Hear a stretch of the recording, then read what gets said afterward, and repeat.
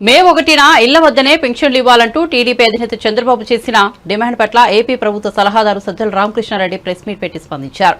పట్టుబడి మరియు వాలంటీర్లను పెన్షన్ల పంపిణీకి దూరం చేశారంటూ చంద్రబాబుపై మండిపడ్డారు. ప్రత్యామ్నాయ ఏర్పాట్లు చేయాలని ఎన్నికల సంఘం అడిగిందని, దాంతో సచివాలయాలకు రాగలిగేవారు రావచ్చని, రాలేని వారికి ఇంటి వద్దనే పెన్షన్లు ఇచ్చే ఏర్పాటు చేశామని వెల్లడించారు. వీలైనంత త్వరగా పెన్షన్లు అందించేందుకు ఏర్పాట్లు చేశామని తెలిపారు. అయితే అప్పటికే తన మీద వ్యతిరేకత వస్తోందని భయపడిన చంద్రబాబు 1,20,000 మంది సచివాలయ ఉద్యోగులు ఉండాలని, వారితో ఇంటింటికి పంపిణీ చేయించొచ్చు కదా అని కొత్త బాని అందుకున్నారని సజ్జల ఆరోపించారు. ఏదేమైనా జగన్మోహన్ రెడ్డి పెట్టిన ఉద్యోగులు అని చంద్రబాబు ఒప్పుకున్నారని వ్యాఖ్యానించారు. పెన్షన్లు ఇలా ఇవ్వాలి అలా ఇవ్వాలని లెక్కలేసి చెబుతున్నాడు. అసలు ఎవరియనా? ఈయనేమైనా ప్రభుత్వంలో ఉన్నాడా? ఒక పక్క ఉన్న వ్యవస్థను ఈయనే దెబ్బతీస్తాడు. మళ్ళీ ఆ వ్యవస్థ బదులు ప్రభుత్వం ఏం చేయాలో కూడా ఆయనే చెబుతాడు. అలా చేయకపోతే నేను ఒప్పుకోను అంటాడని తెలిపారు. అసలు తనకు ఏం అధికారం ఏమి ఇది ఉందని చెప్పి రోజు పోవడము, పంపించడము, ఆ ఎలక్షన్ కమిషన్ మీద ప్రెజర్ పెట్టడము, కాకపోతే ఒకవేళ దాని మీద బ్లాక్మెయిల్ ఎంతవరకు పోతుందంటే ఆ ఉన్మాదం తనకున్న మీడియాలో అడ్డంగా బ్లాక్మెయిల్ చేస్తూ రాయించడం అధికారుల మీద. ఈయన ఇప్పుడే కాదు, అధికారంలో ఉన్నప్పుడు అంతే. నేను గతంలో చూపించాను. సీఎంగా ఉన్నప్పుడు, అప్పుడు లాస్ట్ టైం 19కి ముందు, అప్పుడు సీఈఓ మీద దాడికే పోయినంతగా పోయాడు, హోంకరించాడు, దబాయించాడు. ఇప్పుడు అదే చేస్తున్నాడు అపోజిషన్లో ఉంటే.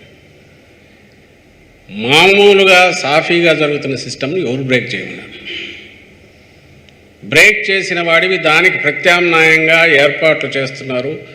మామూలు డ్యూటీ వర్కింగ్ అవర్స్కి మించి మార్నింగ్ 7 నుంచి ఈవినింగ్ 7 వరకు కూర్చొని సెక్రటరియట్స్లో అందరూ అటెండ్ అయ్యారు.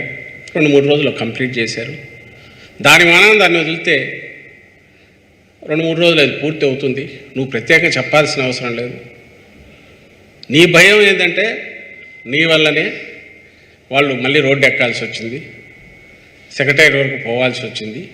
ఆ కోపం అంతా ఈ పెద్దవాళ్ళందరూ, వృద్ధులు, అశక్తులు, వీళ్ళంతా కూడా చంద్రబాబు మీద చూపిస్తారని భయం పట్టుకుని ఏం చేసినావు?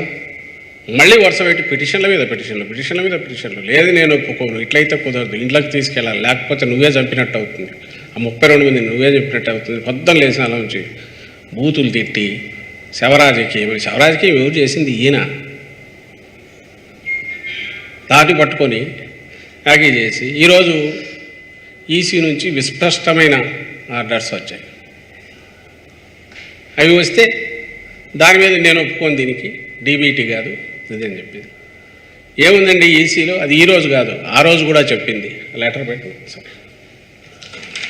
ఇది ఈసీ లెటరు, నిన్న రాసింది. మీడియా అందరికీ తెలుసు. నేను స్పెసిఫిక్గా జనం కోసం అని చెప్పి చూపడం కోసం తీసుకున్నాను. దీంట్లో క్లియర్గా మీరు హైలైట్ చేసి చూస్తే ఇది ఎప్పుడు I'm directed to refer to the commission's letter of even number dated 30th March.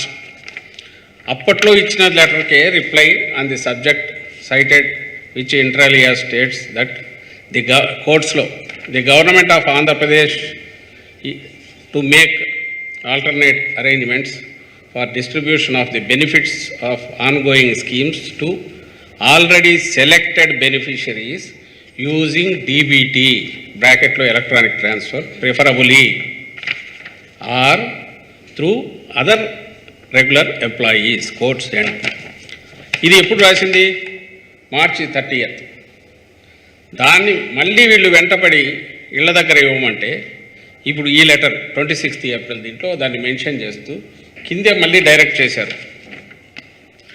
It is requested to follow the direction issued by the commission in letter and spirit so that beneficiaries may avail intended benefits without any hardship.